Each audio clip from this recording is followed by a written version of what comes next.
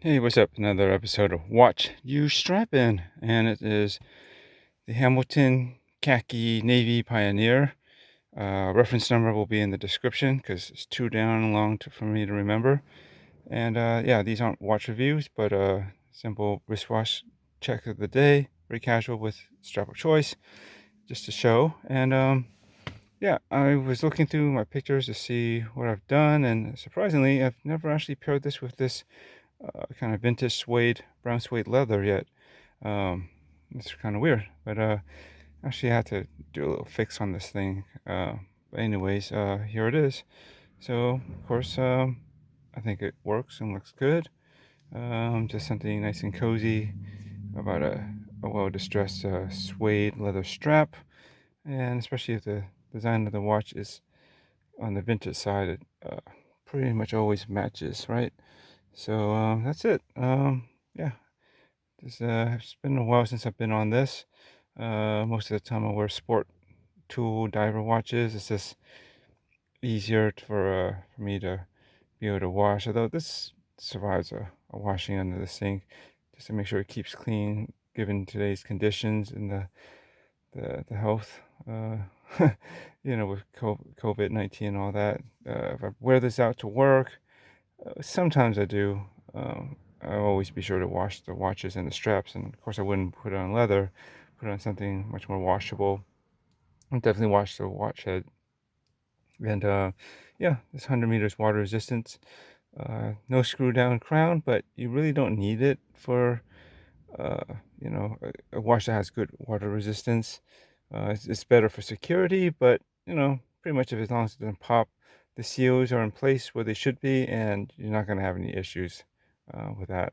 Yeah, the screw down generally has nothing to do with the water resistance, as far as I understand it. It certainly would help, but it's really all about the seals and gaskets and the way it's put together that really ensure whether it's going to hold up or not.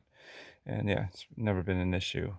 And anyways, gotta love this unique marine chronometer style watch. Again, as I mentioned in past videos, just really like this one because, well, you gotta love the blue hands on a over what seems like a white dial, but it's actually silver. But it mostly reads as white, especially since the case itself is brushed and polished. That appears more silver than the dial. But they always say list this as a silver dial, but uh, for all intents and purposes, I did basically consider it like a matte or semi-matte white dial. And besides, you got that sub dial here with the small seconds, and that definitely looks more silver. Yeah, but I think as far as marine chronometers go, the case I think is definitely unique. That always keeps my interest, just the way the case is designed with the uh, wire lugs, the way they're mounted to the side of the case, and then the multi-level of of contours and cuts and the finishing, the textures that you see there around the sides and everything, and around the bezel. No, it does not rotate. It's just for aesthetics, but yeah, and it's relatively thin. I think I actually believe it's under 11 millimeters, if I remember correctly. Quite thin.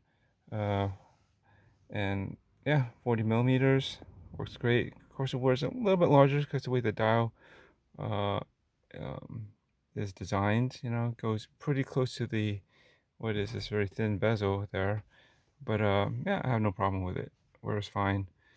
And just the way the numbers and uh, the rest of the dial is printed is really detailed.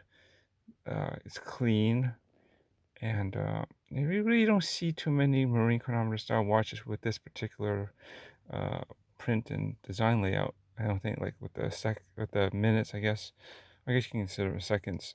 Printed on that outer belt, angled chapter ring or rehaut or whatever you want to call it, and it's got a nice railroad track around there, and of course around the small seconds it has one too.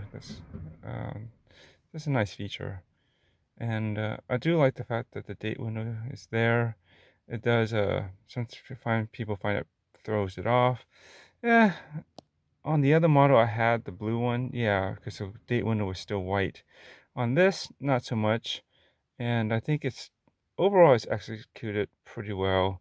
You know, the position and the overall effect of the date window being there doesn't really throw off the dial that badly at all, in my opinion. That's just me, and I do need a date complication more often than not. Well, job requires me to occasionally, uh, note the date, and it's not always something I remember. And it's done pretty nicely, very clean. It's got a little bit of a step, framing, but but yeah. Otherwise, if it was like framed in silver or something, it would definitely be too much. And I think it's just there and out of the way. And it wouldn't look right if it was angled down, like between 3 and 4 or 4 o'clock. No, it should just be just right there, clean, kind of just straight across from the center, and that'll work. All right, that's it. Thanks, bye.